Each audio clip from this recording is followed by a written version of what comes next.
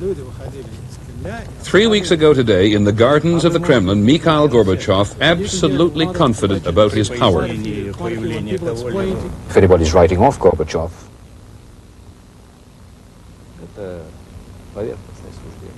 that's a superficial judgment. Today, there are tanks in the streets of Moscow, and Mr. Gorbachev is gone. From ABC, this is a special edition of World News Tonight with Peter Jennings. Good evening. We begin, of course, with the shock that was not a complete surprise. The coup in the Soviet Union has been on the minds of many Soviets for many weeks.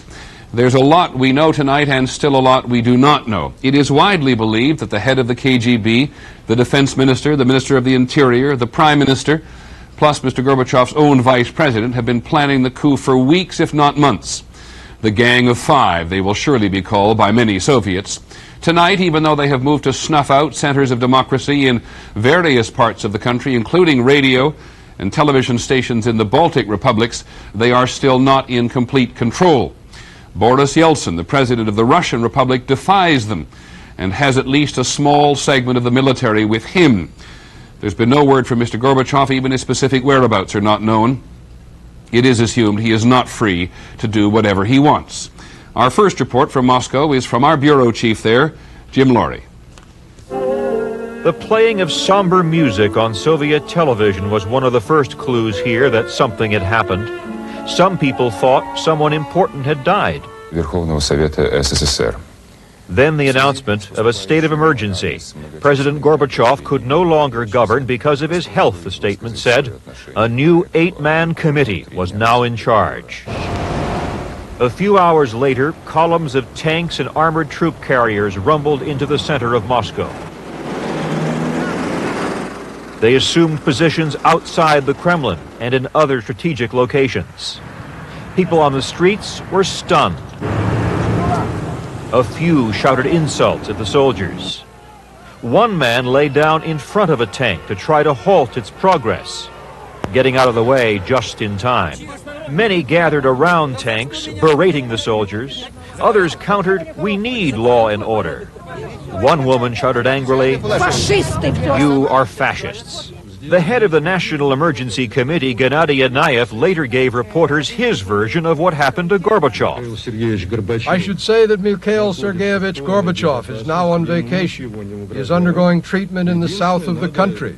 He has been very tired. He needs more time to feel better, and I hope he will take office again.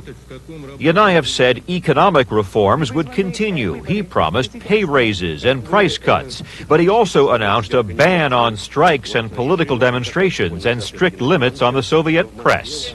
It was all too much for Boris Yeltsin. As president of the Russian Federation, he had already mounted a challenge to the coup leaders. He defied orders to evacuate his offices. He stood upon a tank surrounded by supporters. It is a coup by criminals, said Yeltsin. He called for a general strike across Russia. As to Gorbachev, Yeltsin, one-time political adversary, sought his return. They won't let us contact the president at his dacha in the Crimea. I spoke to him on Friday by telephone at his dacha. He was well, in good spirits, resting and working on the upcoming Union Treaty. Tomorrow, Gorbachev and Yeltsin were to have signed a treaty which would have given up substantial Kremlin power to the republics. In response to a Yeltsin call to defend the Russian Federation building, thousands of people took to the streets, defying the ruling committee's decrees, marching past the Kremlin and up toward Yeltsin's headquarters. They built barricades. Bus and truck drivers surrounded the building. Tonight, Yeltsin supporters are maintaining an all-night vigil, with army tanks poised just a few yards away. Other armored units tonight joined Yeltsin's forces, 9 of them moving into position around the building. What appears to be developing tonight is a contest for the loyalty of the military, a contest between Boris Yeltsin and the Emergency Committee. There are troops loyal to both sides around the building where Yeltsin is spending the night. Peter? Jim, much of what we've heard today is from Moscow itself. What are you picking up from elsewhere in the country? Well, we know for one thing that a number of the Republican leaders simply do not want to surrender their authority to this committee. Of course, the most critical situation is in the Baltics, where The troops loyal to the Interior Ministry have moved in hard against all communications facilities, particularly in Kaunas in Lithuania and in Riga, the capital of Latvia. Okay, Jim Laurie in Moscow, thanks very much. Also reports tonight that the miners are beginning to go out on strike. A closer look now at the men who have taken control in the Soviet Union, and we are reminded again that what you see is not always what you get. For example, it's widely believed that the acting president, Gennady Yanayev, is merely a figurehead for the more powerful leaders of the KGB and the army who planned and mounted the coup. Ironically, Mr. Yanayev was at first rejected as vice president by the Congress of People's Deputies until Mikhail Gorbachev said, and this is the quote, "I want someone alongside me I can trust." ABC Sheila Kast is in Moscow. Before he was elected vice president last December, Gennady Yanayev had spent decades as a party bureaucrat. I am a communist to the depths of my soul. The conventional wisdom is that Yanayev is just a figurehead, with others on the committee calling the shots. Prime Minister Valentin Pavlov. Earlier this year, he charged that the West, especially the CIA, is responsible for the Soviet Union's economic collapse. Defense Minister Dmitry Yazov. Last year, he defended using troops to keep peace in Armenia and Azerbaijan. Interior Minister Boris Pugo. His Black Beret Special Forces carried out the crackdown in the Baltics last January. KGB chief Vladimir Krichkov. He's been struggling to preserve the agency's hold on society while trying to polish its image. The men who ousted Gorbachev today have all publicly supported him in the past. All the key ministers are all pulling together as a single team. A team of perestroika. President Gorbachev's team. And there are no grounds for any other interpretation. But all have made it clear they distrust the West and market economic forces, and their frustration has grown in recent weeks. They saw Gorbachev at his summit meeting with President Bush agree to deep cuts in the Soviet nuclear arsenal. They watched Gorbachev choose not to interrupt his vacation when 4 Soviet soldiers were taken hostage by Armenian nationalists last week. They have watched Yeltsin start to implement his decree that Communist Party officials would no longer be allowed a special role in Russian factories and workplaces. And they saw Gorbachev make last-minute compromises on the new Union Treaty. It would have transferred power over natural resources like oil from the central government to the republics. It would have also given the republics the sole right to collect taxes. That was apparently the last straw. The treaty would have ended the Soviet Union as Yanayev and his henchmen have known it. Hours before it was to be signed, they took action. Sheila Kast, ABC News, Moscow. Always concerned about Americans there. The State Department says that Americans in the Soviet Union have been advised to get in touch with the embassy in Moscow or with the nearest consulate, but the department has not warned Americans against going to the Soviet Union. We'll have more on all this in just a moment. This is a special edition of World News Tonight with Peter Jennings. Brought to you by new Tylenol PM.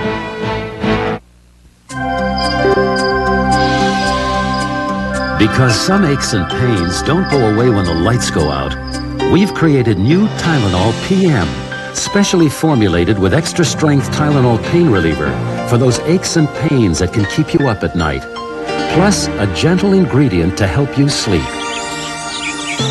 so you can wake up refreshed in the morning. From the name you trust comes new Tylenol PM, so you can rest easy.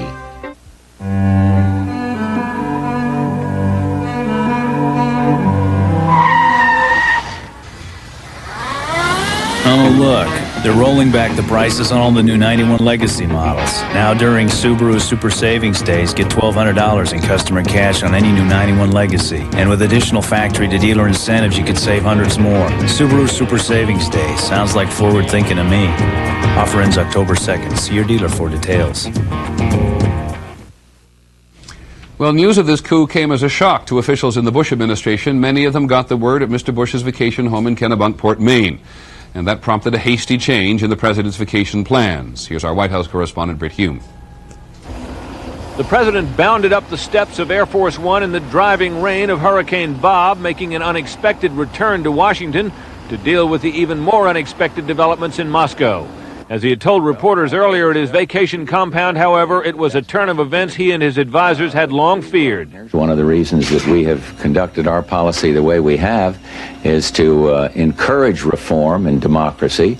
And I've said over and over again that we did not want to see a coup backed by the KGB and the military, and apparently that is what is underway. The president, who knows the new Soviet leader Yanayev, indeed was greeted by him at the Moscow airport 3 weeks ago, held out some hope the events of last night might yet not prove disastrous. I think it's also important to know that coups can fail.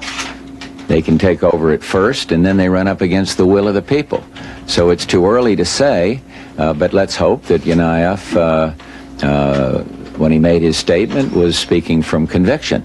His statement being that this will not mean setting back, as I understand it, setting back reform and commitment to go forward. The president said there isn't much the U.S. can do, but he was in the process of contacting the leaders of all 7 major industrial nations, who only last month received Gorbachev at their economic summit. Mr. Bush suggested the help announced there for the Soviet economy for now is off. There's a lot at stake in all of this, and certainly I wouldn't go forward with aid or assistance when you have this kind of extra-constitutional action taken by a handful of people backed up by the military there. Later, aboard Air Force One, National Security Advisor Scowcroft emphasized this is not an international military emergency, but an internal Soviet problem. It's not up to the United States. The Soviet Union is going to have to work it out for itself. Scowcroft was asked about criticism already being heard that the administration was caught off guard last night. He replied somewhat acidly that Gorbachev was too. Yes, came the answer, but they, the coup plotters, wouldn't tell him. Well, said Scowcroft even more acidly, presumably they wouldn't tell us either. Peter? Britt, just in the short while since you compiled that report, there's been another statement from the White House. Bring us up to date, would you? Well, the president put out a written statement this afternoon, Peter, in which some of the language is a bit firmer than what we had heard from him earlier. He speaks of condemning the unconstitutional resort to force. He calls it a misguided and illegitimate effort. He supports Boris Yeltsin's specific call for the restoration of democracy, the elected organs of power, as they are called, and for the restoration of the office of Mr. Gorbachev. He sets forth a series of principles which he said will guide his policy. A couple of them are of note: no action that might tend to give legitimacy to the coup, and no economic assistance so long as this persists. Okay, Britt, thanks very much. Joining us now is Robert Legvold, the director of the Harriman Institute at Columbia University, who joins us regularly. Bob, we're all working with fairly limited information, but given what you know and what you think, is it over? No, I think it's just beginning, because the key question is whether this kind of coup d'etat can succeed. The Soviet Union's a very different place from what it was in 1964, the last time they tried to do this, and did succeed in ousting Khrushchev. Here's the tough one, I suspect, for the coup leaders itself. Given the freedom that Mr. Gorbachev has given the Soviet people, can a right-wing clique make the Soviet people passive again? I don't think it can make the Soviet public passive again. It can shut down the media. It can perhaps throttle politicians like Yeltsin and the others, although even that remains to be seen. But the key question is, can they make the people, can they make the public do what they need to in order to get this country moving again? If they can't, then they have failed. We have always heard the rumors about Mr. Gorbachev's overthrow. We've heard them intensely in the last week. We've also believed he was a master politician. Was he too arrogant to pay attention, do you think? I don't think so. As a matter of fact, this whole question of surprise for Western intelligence sources, for Soviet leaders like Gorbachev, I think is a little misplaced. In fact, anybody who is following developments closely in the Soviet Union had every reason to believe that the likelihood of this kind of thing was diminishing. The chance for the conservatives had really been 2 or 3 months ago. This was their last moment, and that's one of the reasons why they may have moved. But Gorbachev, I don't think, was unnecessarily arrogant. The interesting thing is that he remained on holiday, presumably because he had no inkling of what was going on around the building. Okay, Bob, like Mr. Khrushchev, he shouldn't have gone on holiday. We'll have more news in just a moment.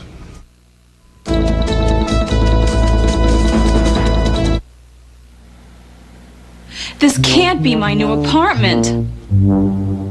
Good thing I brought Lysol Pine Action. They've made it better. Now it cleans with hospital-type disinfection, the strongest you can buy. Now it's starting to feel like home. Improved Lysol Pine Action, a more powerful pine. When you look at dairy food, does your stomach say no? Introducing new Dairy Ease, a natural nutritional supplement that helps people with lactose intolerance enjoy ice cream, milk, and other delicious dairy food like everyone else. Pleasant tasting, chewable new Dairy Ease. Oh, what people do to clean tough stains under the rim. Because for some bowl cleaners, that's a real stretch. Try a different angle. The angle neck of Lysol Toilet Bowl Cleaner. It easily goes under the rim and wipes out stains and germs. Don't get bent out of shape. Get Lysol Toilet Bowl Cleaner, the heavyweight with a powerful angle on cleaning. Do what the pros do. Hit your receiver and call now for the Domino's Pizza Kickoff Deal. 2 medium cheese pizzas with 4 servings of Coca-Cola Classic or Diet Coke for just $9.99. And get free NFL quarterback trading cards. Only from Domino's! I need a laxative that can work dependably. Doxadan can. But can it be gentle? Doxadan can. Doxadan works dependably overnight with a special ingredient for gentle relief. Dependable, yes. Gentle, yes. Doxadan can. It's been a day of things moving quickly. We said just moments ago that the State Department has not issued a travel advisory for the Soviet Union. Since then, they have, advising Americans to defer any travel to the Soviet Union for now. In Eastern Europe, if they are overly concerned about the Soviet coup, they are trying not to show it. Czechoslovakia's President Václav Havel said there's no immediate danger threatening us. In Poland, where 45,000 Soviet troops are still stationed, no public indication of alarm from President Lech Wałęsa. In the Middle East today, Mr. Gorbachev's political demise has been the cause of regret, but not uniformly. He turned his back on some Arab leaders who for years had counted on Soviet military aid. Israel, on the other hand, benefited tremendously from the Gorbachev policy, so there's concern there. And here's ABC's Dean Reynolds. Israelis reacted with alarm today. Their first concern, the future of Soviet Jewish immigration to this country. Mikhail Gorbachev opened the gates for thousands of these Jews, and hundreds of thousands more are hoping they stay open. For Israelis, the immigrants are a godsend whose numbers strengthen their claim on this land. That's why Palestinians, by and large, were glad to see Gorbachev go. They and the PLO saw Moscow's improved relations with Washington and Jerusalem coming at their expense. Saddam Hussein felt the same way. Today he welcomed the departure of Gorbachev, who sided with the West in the war that humiliated Iraq. Libyan leader Muammar Gaddafi was happy too. The news from Moscow, he said, was magnificent. The Kremlin coup came shortly before King Hussein of Jordan and President Assad of Syria met in Damascus to talk about the Mideast peace process. Gorbachev was co-sponsor of Arab-Israeli peace talks scheduled to start in 2 months, and his support was crucial in getting Syria to accept the negotiations. The meticulous U.S. diplomacy in this region, augmented by Gorbachev's even-handed approach, could be jeopardized if the new Soviet bosses bail out of the peace process and give the Arabs every reason to do the same. That would make life easier for this hardline Israeli government, which was never comfortable with the process and went along with it only after everyone else did. It's possible the peace process will continue uninterrupted, along with the immigration of Soviet Jews to Israel. Nothing has changed yet. It's just that without Mikhail Gorbachev in the picture, no one can be sure. Dean Reynolds, ABC News, Tel Aviv. Word of the coup triggered some panic selling on the world stock markets. There were major losses in Asia and in Europe. On Wall Street, after an initial drop of more than 100 points, the Dow Jones Industrial Average ended the day down just under 70 points at 28.98. The trading was heavy. We'll have some of the day's other news, including the news of the hurricane, in just a moment.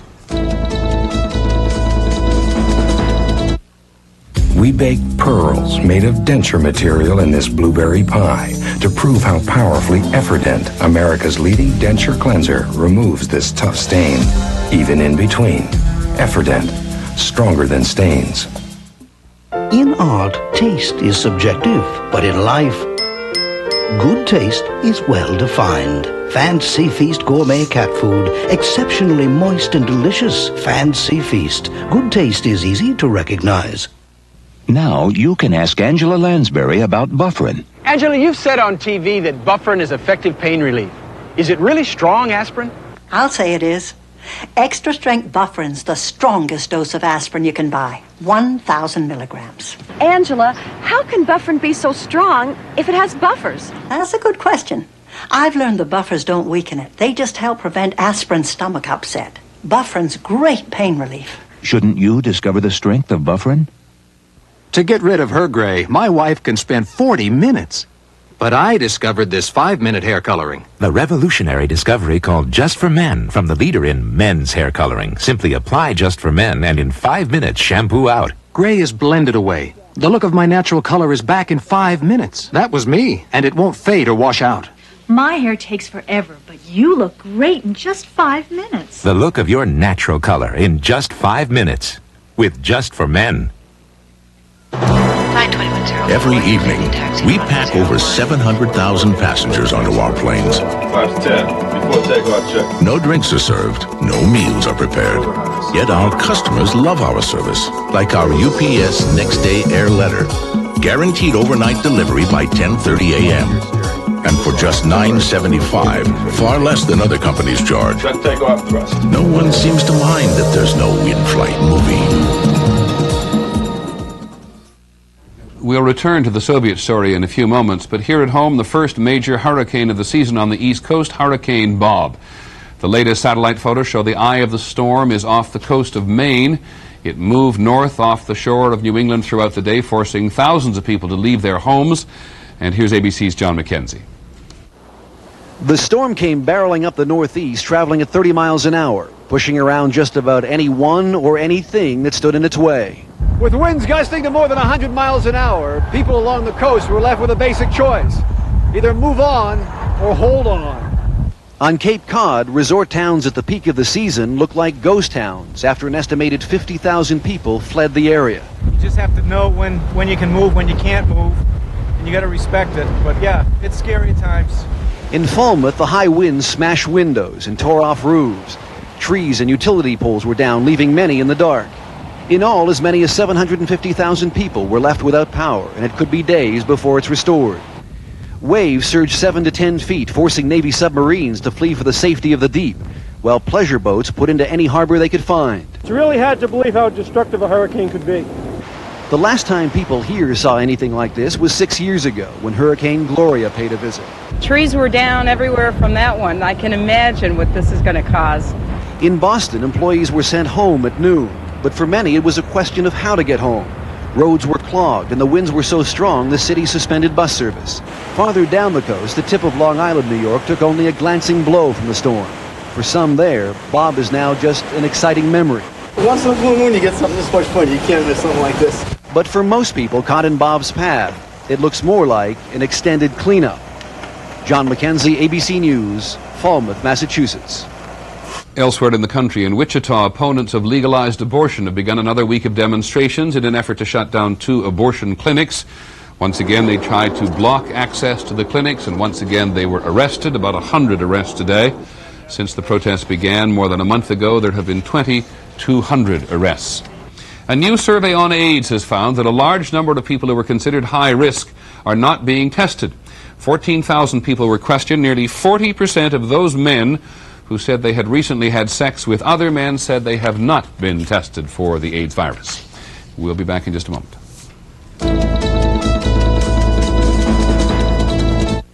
Throughout history, great barriers have been discovered and built. Heart's Blockade for dogs and cats is one of them. Used as directed, Heart's Blockade creates an invisible barrier protecting your pets from fleas and ticks before they get a chance to live on your pet. Heart's Blockade repels and kills fleas and ticks, including ticks that carry Lyme disease, reducing the chances of causing discomfort to your pet. Helping to improve your pet's quality of life is your responsibility. Helping you do that is Heart's. Please, Dad, can we get this AT&T cordless phone? Looks like a good buy. It's got great sound, so I'll be able to hear every word Tommy says. Yeah, because everything Tommy says is really important. I'm getting this 13-inch Gold Star color TV for my kitchen. I want to try cooking along with those TV chefs. I tried that once. The chef finished a 6-course meal for 10. I was still looking for my meat thermometer. Have you noticed how much better the things are here? Are you kidding? Look at my cards. Introducing a new toothbrush that's specially designed to remove plaque from even hard-to-reach teeth. And understandably, it's a Plax toothbrush. The new Plax plaque-removing toothbrush. This is the sound of Unisom, the sound of sleep. With Unisom, you hit your pillow and fall asleep fast. Tonight, you can sleep more soundly with Unisom, America's #1 sleep aid.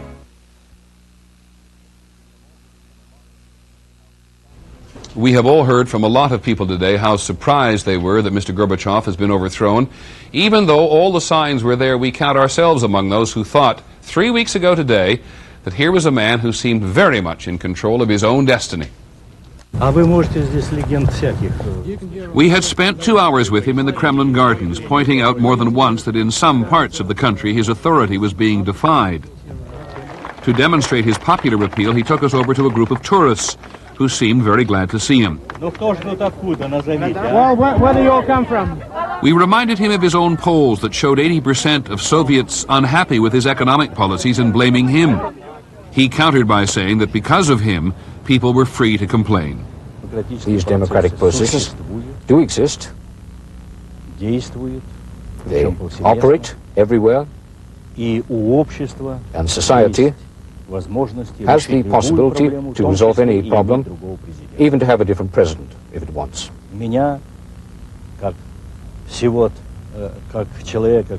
I, as a man, initiated all these processes. It doesn't bother me. That's the way it has to be. As for his place in history, 3 weeks ago he said that because of him, for the Soviet Union there was no going back, whatever happened to him personally. We found him supremely confident. What's been done over the last few years, and what's been begun, and what's become irreversible, in spite of all the zigzagging, we're still making progress, forward progress. That is a tremendous, decisive part of my life. And for that I live. It's not a matter of Gorbachev. But the point is, everything we've begun here, and everything we're continuing to do, and everything we firmly adopted as a policy is the path of profound reform. Whether it will continue is the question. Today in Moscow, to recap the latest developments, Mr. Gorbachev is out. His vice president, Gennady Yanayev, has taken over as acting president, the front man, it's believed, for the leadership of the KGB, the Soviet military, and the Interior Ministry. Mr. Yanayev told a news conference today the policies of reform will continue, but tanks on the streets of Moscow guaranteed only limited acts of defiance from angry Soviet citizens. There are signs tonight that not all of the military is supporting the coup. At least 9 of those tanks in Moscow are protecting the Russian parliament. The president of the Russian Republic, Boris Yeltsin, who is still inside, has called on Russians to resist the coup's leaders. A state of emergency has been declared in Moscow and Leningrad, and the Soviet military is reportedly on the move to try to control the rebellious republics in the Baltic. In a few moments, our broadcast will continue on most of these ABC stations. We'll have more on the situation in the Soviet Union, reports from the Pentagon and the world's financial markets, and a report on how many Americans were feeling today, many Americans who'd become accustomed to Mikhail Gorbachev.